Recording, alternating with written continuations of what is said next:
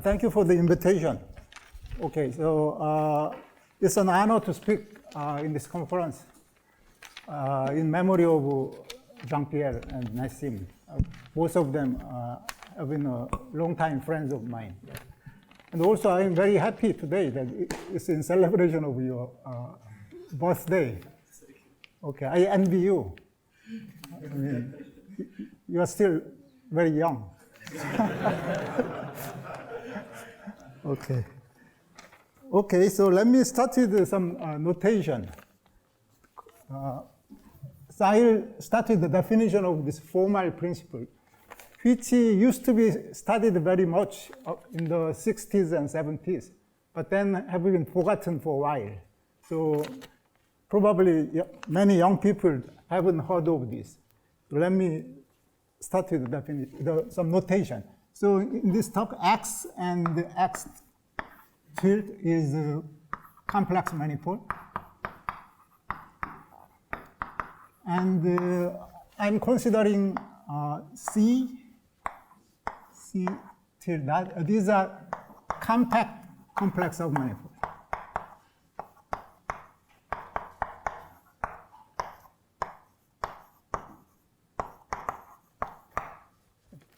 And now I will use the following notation. So the notation is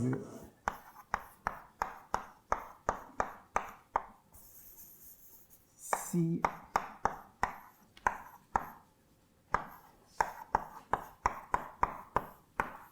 And this notation means that this is a biholomorphism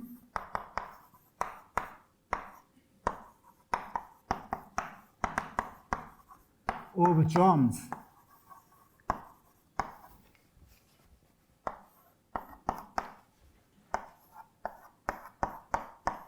And what is the biholomorphism of germs? Biholomorphism of germs means that it's a biholomorphism of some neighborhood of these complex submanifolds. So the biholomorphic map is between some neighborhood of the complex submanifold, such that this biholomorphic map sends C to C tilde. So that is the biholomorphism of germs.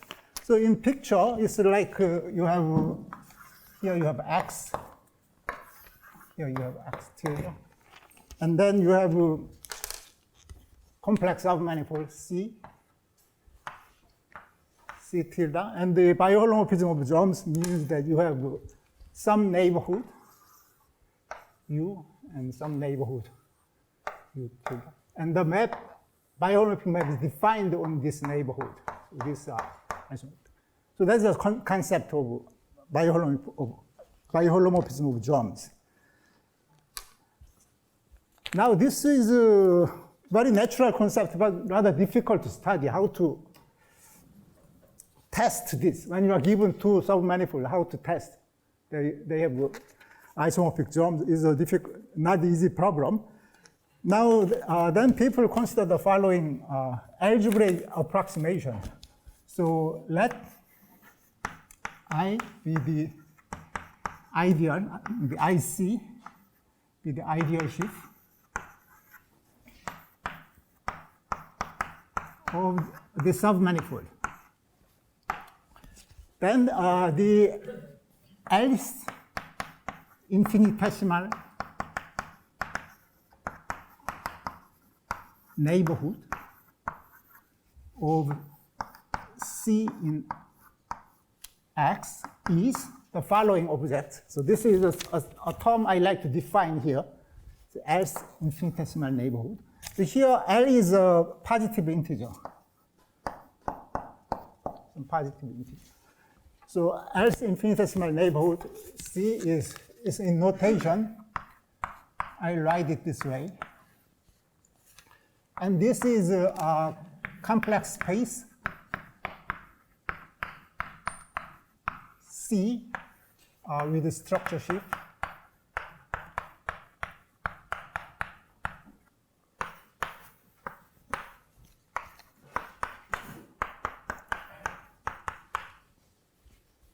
Now you take L plus first power of the ideal. So it's something like, in picture, usually people draw the picture like when this is C and this is X. This is, you can imagine that this is a slightly thickened neighborhood of C. But as a set, it is just C. But when you consider functions, you have a slightly more functions than just functions on C. So that is the concept of else infinitesimal neighborhood. Okay.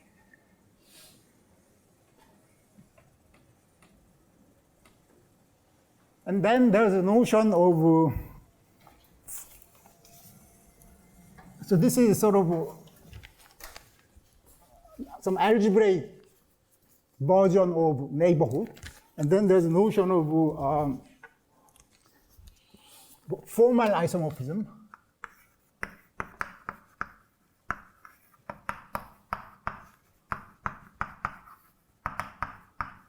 Formal, and the notation I'll use is this.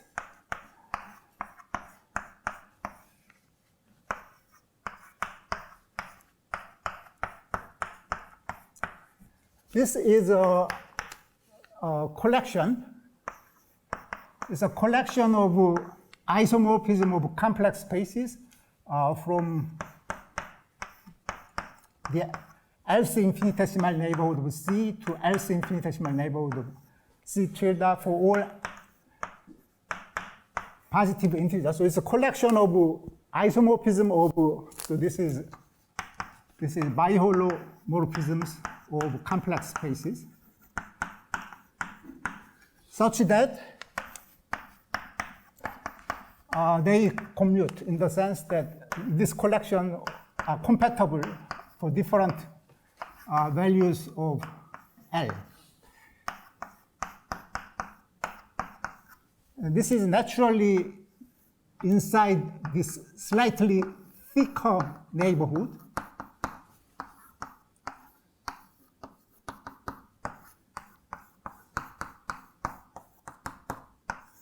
So you have this sequence of isomorphisms of this thicker and thicker neighborhood such that they all commute with each other. So this is a kind of algebraic approximation of biholomorphic map of germs. Because the biholomorphic map of germs is sort of analytic object, and you want to formulate an algebraic version of this. So you have some, so this is called formal neighborhood. It's a collection of all these infinitesimal neighborhoods for all positive integer. This is called the formal neighborhood. And the formal isomorphism of the neighborhood means this collection of isomorphisms. Okay. Now, biholomorphisms of germs. So suppose you have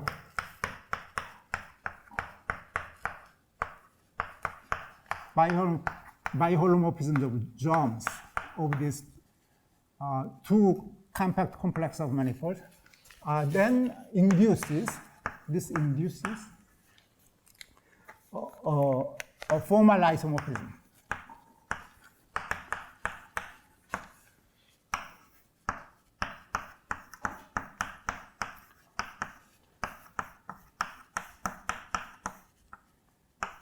That's clear. Just restrict the biholomorphism by restricting the biholomorphic map to the infinitesimal neighborhood. To define this infinitesimal isomorphism by just restricting this biholomorphic map of germs to the neighborhood. Then they are compatible, so it defines an isomorphism of a formal isomorphism. So this, the main question is when is the converse true? So when you are given such a formal isomorphism, when you can extend it to a biholomorphic map of germs. So this is the question.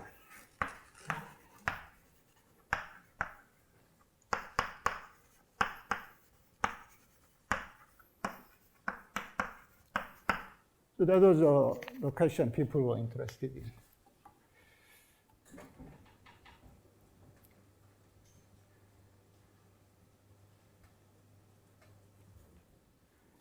And this motivated the following definition. The C in X satisfies the formal principle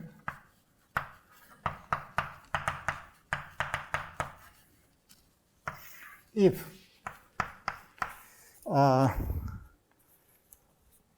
given any formal isomorphism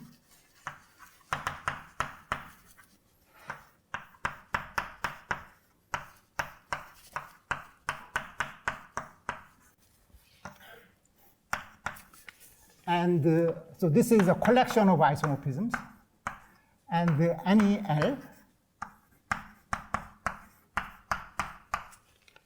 there exists biholomorphic map of germs.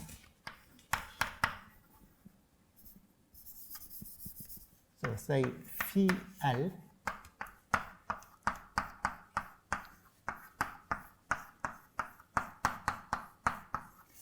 such that this phi L is just a restriction of phi L, this biholomorphic map to the finite neighborhood.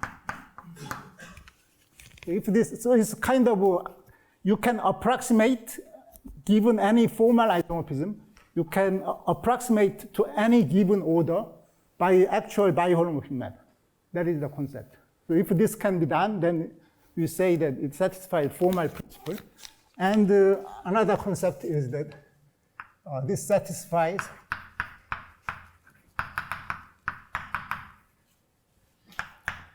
the formal principle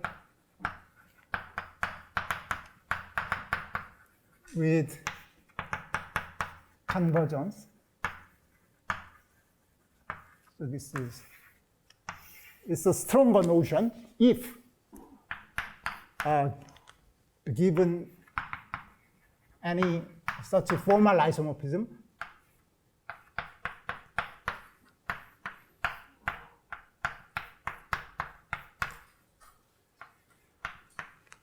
there exists biholo of germs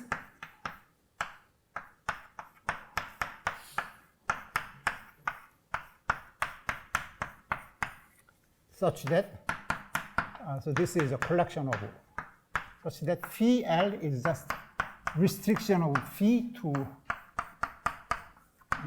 all L.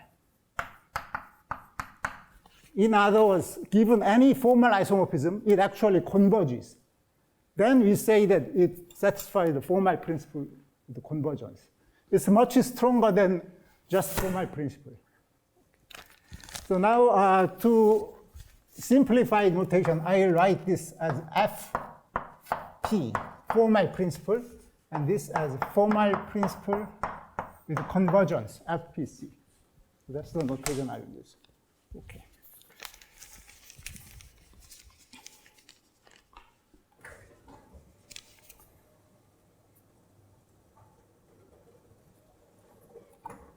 Okay, I cannot.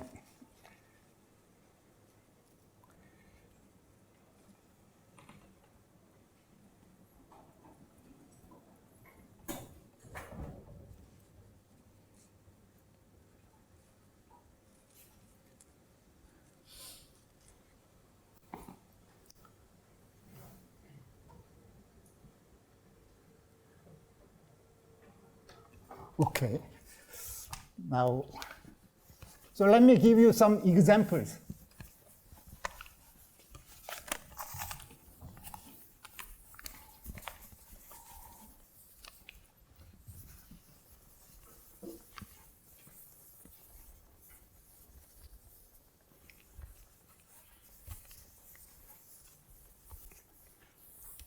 So the simplest example is just a point. Even in one dimension, just consider this, the point as as a submanifold of complex line. So say here you have a coordinate G and the coordinate W. Then any formal power series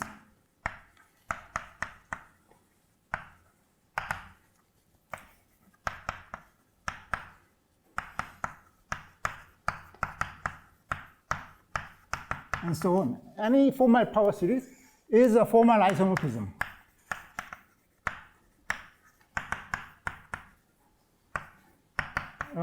Of this neighborhood with this formal neighborhood to formal. So any formal power series is a formal isomorphism. So you can see that this satisfies the formal principle. So just one point in complex line satisfies formal principle. But it certainly does not satisfy not formal principle with convergence. Because if you choose a non-convergent formal power series, it doesn't converge. So it does not satisfy formal principle with convergence. So this is, you can see that this is a very unusual property. Now, there's an example by Arnold.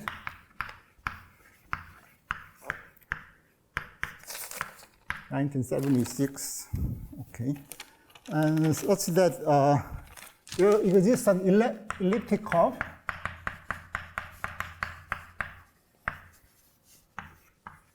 in a complex surface which does not satisfy, which does not satisfy formal principle. And then there are lots of examples of this type have been discovered.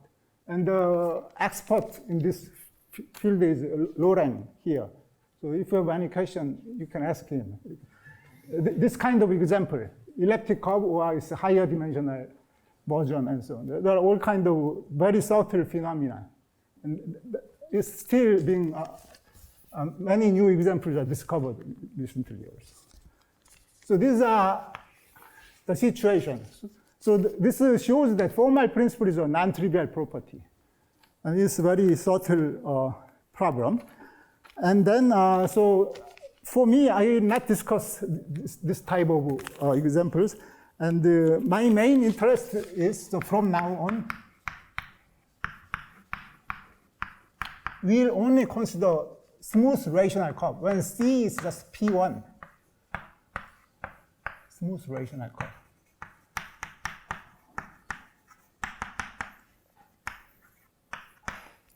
So from now on, our C is P1. Okay.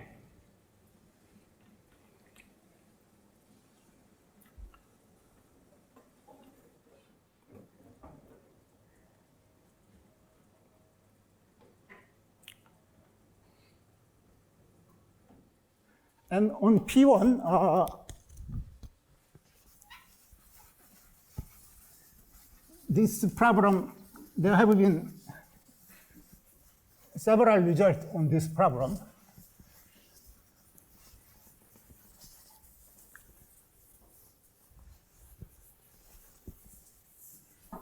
So let me first recall that when V is a vector bundle on P1, we know that you can always write it as a direct sum of line bundles.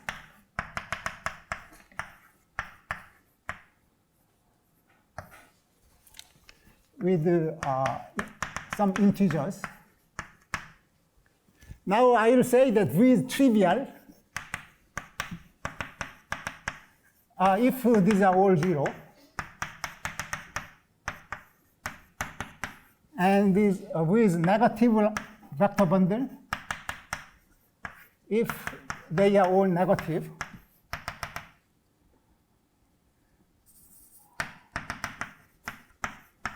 and positive vector bundle if they are all positive, and semi-positive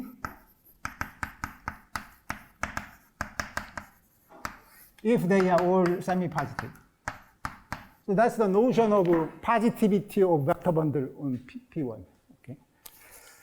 Then we have the following results regarding formal principle. The first is very easy, and this is more or less just standard Kodaira's deformation theory. So easy case is when the normal bundle rational curve is trivial, then satisfies formal principle, but not formal principle with convergence. This is very easy. It's all, more or less the same as this one-point case. It's very easy. Now, much less is the following classical result of Grauert.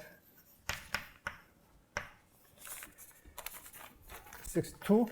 Actually, this is the work which started the whole business of formal principle. The Grauert showed that if the normal bundle of rational curve is negative, then it satisfies formal principle.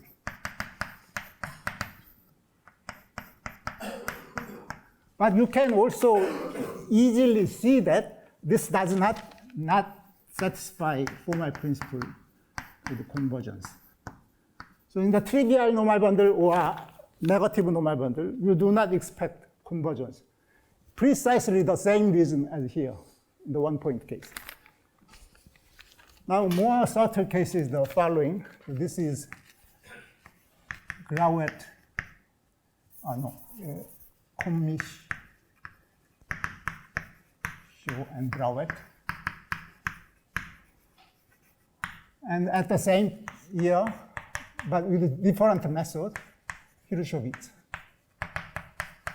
And these are done in 1981. And they show that if the normal bundle is positive, then it satisfies formal principle with convergence. So this is the interesting thing. If you have positive normal bundle, you always have convergence. Much stronger version of formal principle holds. So is this for C rational or rational? Rational. From now on, C is P1. Okay. But there's a version of, there's a generalization to higher, but then the positivity is much more subtle. It's not as simple as this. It's not the usual positive vector bundle we are considering. Okay. And then a few years ago, I have proved the following result. That if this is semi-positive,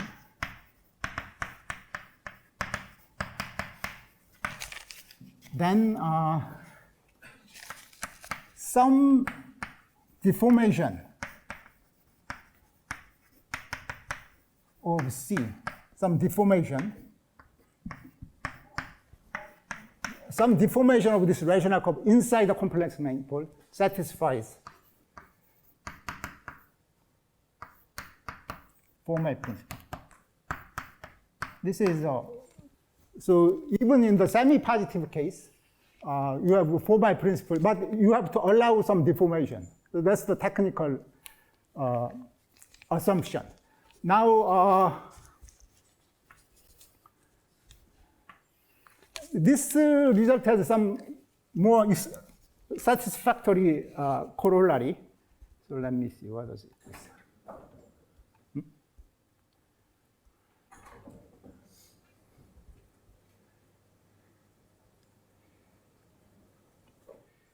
Now, we'll bring this down.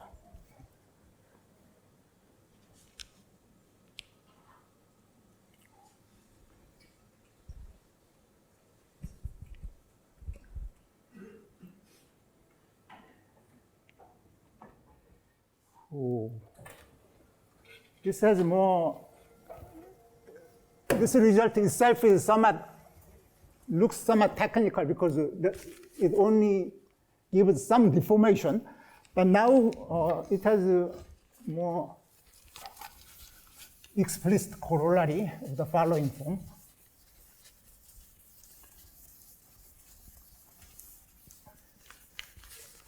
By the way, you may consider that since the trivial bundle case is understood and positive vector normal bundle case is understood, maybe the semi-positive case, because the vector bundle is direct sum of trivial bundle and positive bundle, maybe this can be understood by combining these two, the trivial case and positive vector bundle case. But this problem of formal principle is very nonlinear.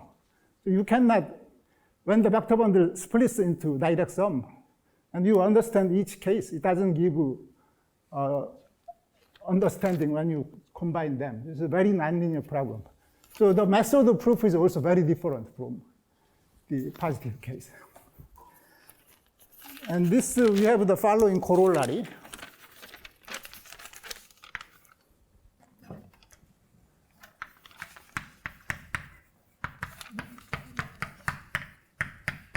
So particularly simple case, so V over P1 is a semi-positive vector bundle.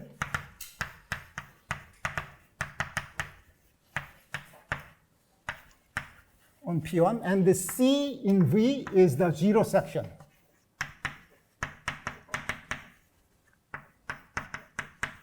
Then this C satisfies formal principle. The reason is in this situation, any deformation of C inside the vector bundle is biholomorphic to C, the zero section. So if some deformation satisfies the formal principle, then the original one also satisfies formal principle. On the other hand, in this case, you can see easily that it does not satisfy formal principle with convergence. Because in this case, there's a trivial direction. It does not satisfy formal principle with convergence unless V is positive. So V is a semi-positive vector bundle, but not positive, then it does not satisfy formal principle with convergence. Because there's direction where the neighborhood is trivial in that direction. And in that direction, you can produce the same example as before.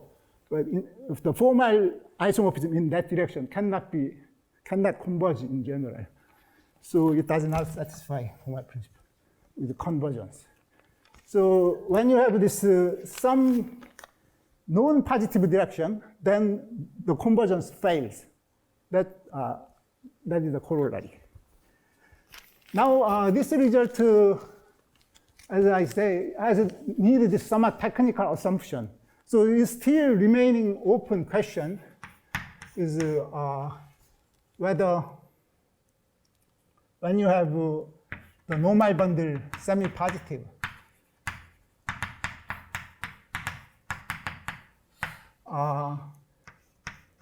whether it already satisfies formal principle. This we don't know. So in some cases we can answer, but in general, I don't know. And I suspect this is not true. It seems that there may be some counterexample to this, but it's not discovered yet. But it seems that there's a potential counterexample, and that's the direction I'm discussing today. So from now on, we restrict further.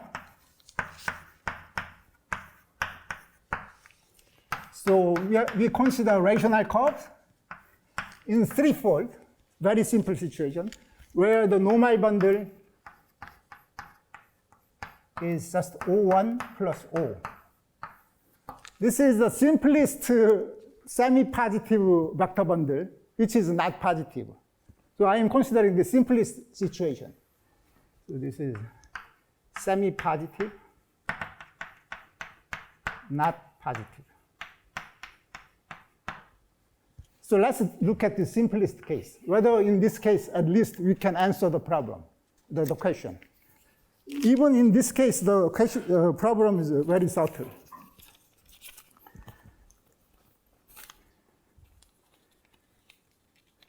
Now, in this case, well, the idea behind this result is that to transform this problem into problem about the deformation space of the rational curve. So in this situation, let K be the deformation space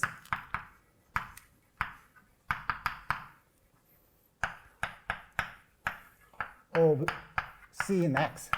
So in other words, these are just collection of rational curves which deforms C. So that is and more precisely, this is inside the Duadi space, the space of all rational, complex submanifold of X. So this is an open subset in Duadi space of X. And so K is a complex manifold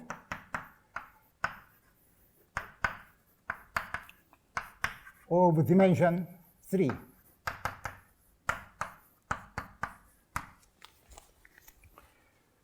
Oh, what should I do now?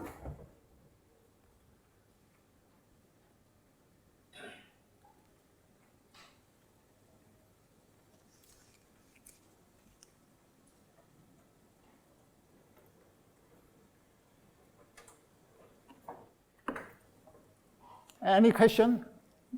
Why this is coming down?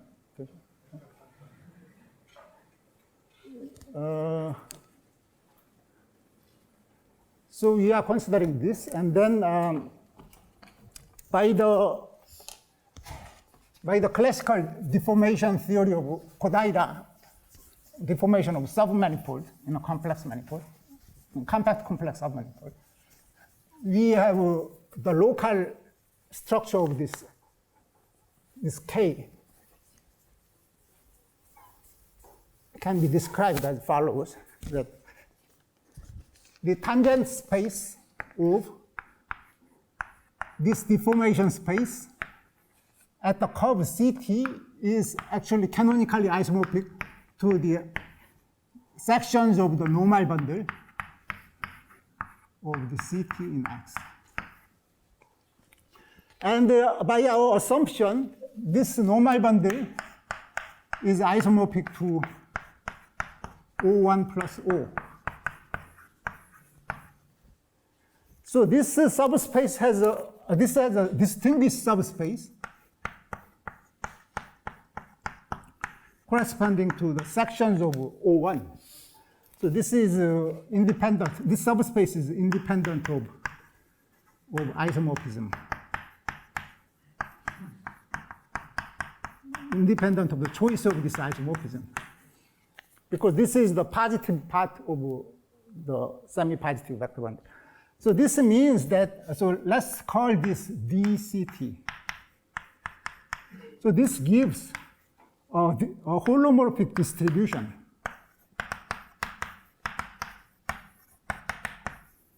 D of rank 2 on the deformation space. So on this three-dimensional complex manifold, you have a rank 2 holomorphic distribution. And then you have this holomorphic Levy form.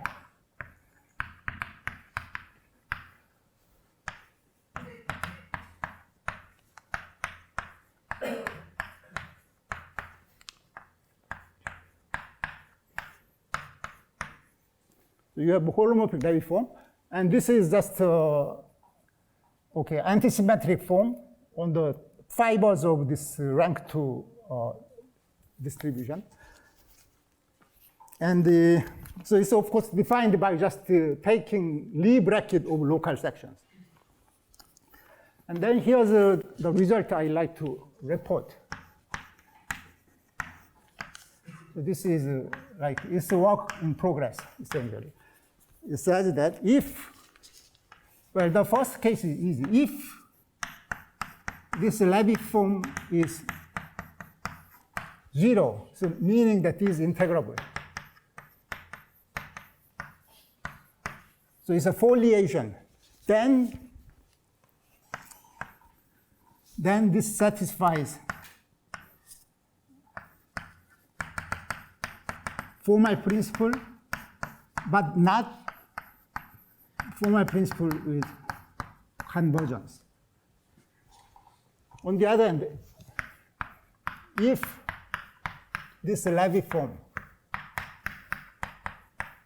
is non-zero at the point corresponding to C, then satisfies, this time it satisfies formal principle with convergence. So that is interesting, because this normal boundary is still not positive. It's semi-positive, but you have convergence under the assumption that the Levy form is non-zero. And in general, if Levy form is not identically zero, then except at a sub-variety, closed sub-variety, it's always non-zero. So it means that given any of this type, any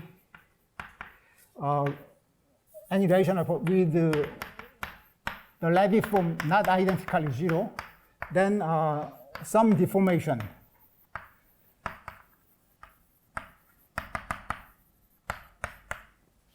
satisfies formal principle with convergence. So that's interesting. So there are exactly sort of a dichotomy. So either the formal principle with convergence does not hold, or if you deform a little bit, you can always have a formal principle with convergence. So it's sort of a more refined version of the previous result. Now, among these two, this first case is rather easy. This is actually more or less follows from this previous corollary over there. Because when this Levy form is trivial, so when D is integrable, you can show that essentially this C has a neighborhood of the C is equal to the neighborhood of this zero section in the normal boundary. So this case is rather easy. It follows from the previous result. So the really new case is this, that when the Levy form does not vanish C, the corresponding curve satisfies formal principle with convergence. So this is a new result. So let me, in the remaining 5 minutes, I'll explain the proof of this. Oh, which one?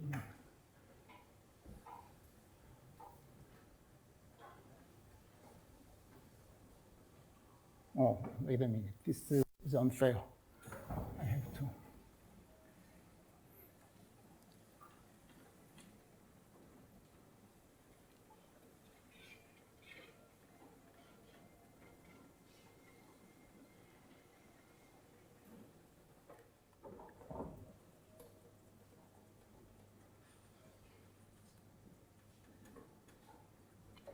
So let me explain the idea of the proof of this.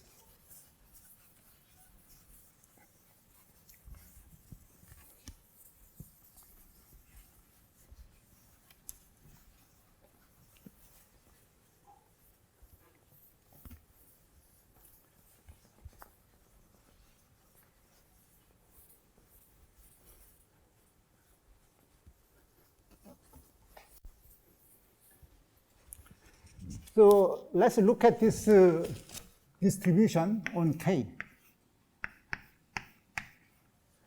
And the assumption, so this is the situation 2. The assumption that Levy form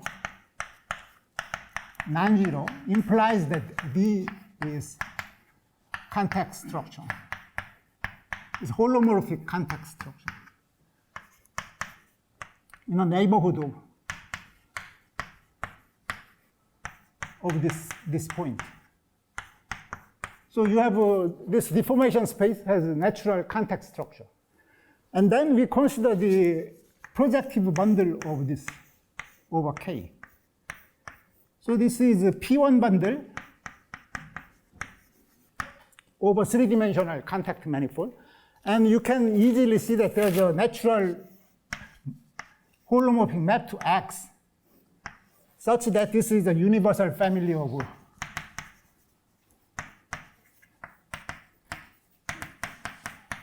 deformations of this curve. So the universal, so the fiber of this describe the deformation of this curve C. So you are in this situation. And then the fibers of mu on PD determine what's called the contact projective structure.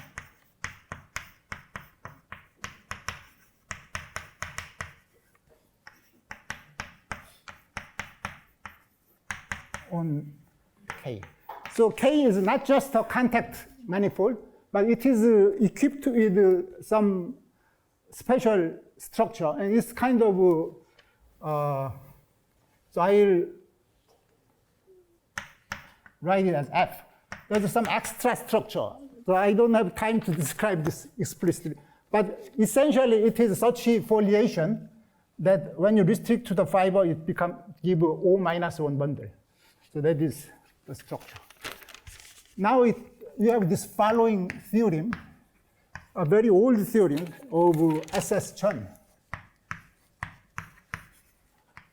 This is a very famous paper Chun wrote when he was very young.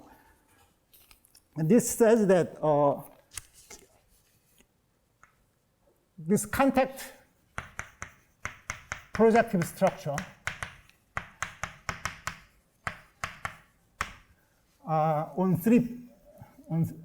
this three-dimensional manifold it has a natural natural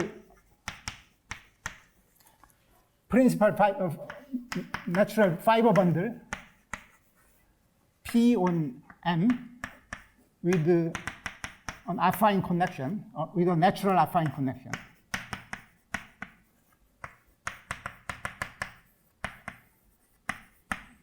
Say delta on P. So when you have this, say F and M, when you are given a contact projective structure, associated with it, you have actually this is 10-dimensional. The fiber dimension is 10. So this is the fiber. There's a natural fiber bundle with a natural affine connection associated with this, and this is natural in the sense that.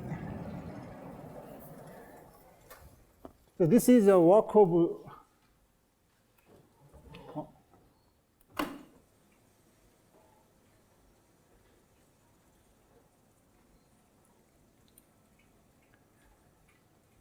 this is natural in the sense that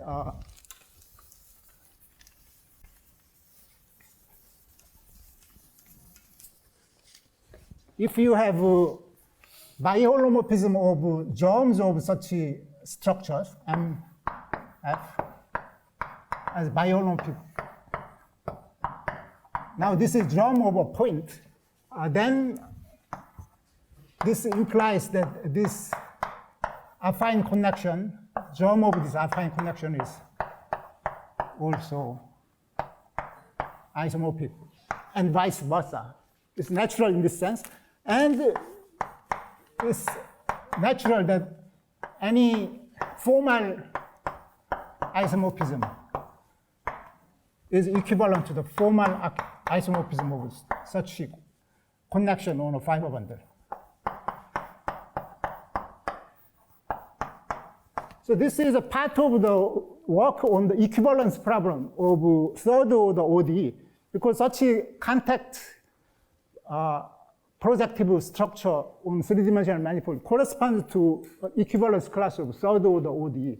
So Chun described the equivalence problem of third order ODE, and in terms of this connection, and that's this naturality.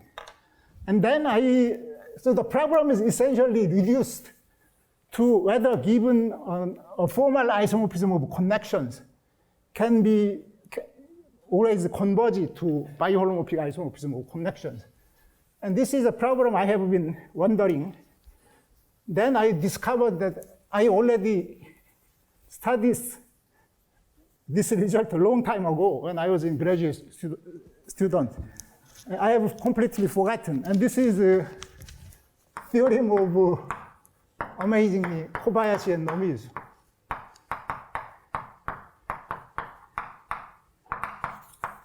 And this is in their book, and I don't think it's published anywhere else. It's in their volume 1. That when you have, say, formal isomorphism of affine connections, then this always converges. Always converges. So that's, you can find this in their book, in the last chapter of that volume 1. So it means that when you have a formal isomorphism of such a structure, you have formal isomorphism of the corresponding affine connection. And by this result, it must converge. And then you go back to have biholomorphism of the original problem. Okay, sorry about this.